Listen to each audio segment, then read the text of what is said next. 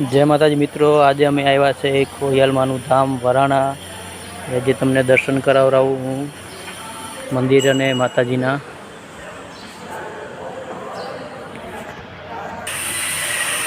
खूब ज मोटुं विशाळ मंदिर छे। मारा काकाना दीकरा पण मारी साथे छे, अमारा बनेवी पण अमारी साथे छे। अने आ छे खोडियालमानुं मंदिर वराणा धाम। तमने माताजीना दर्शन करावुं। आ छे मां खोडियालमां।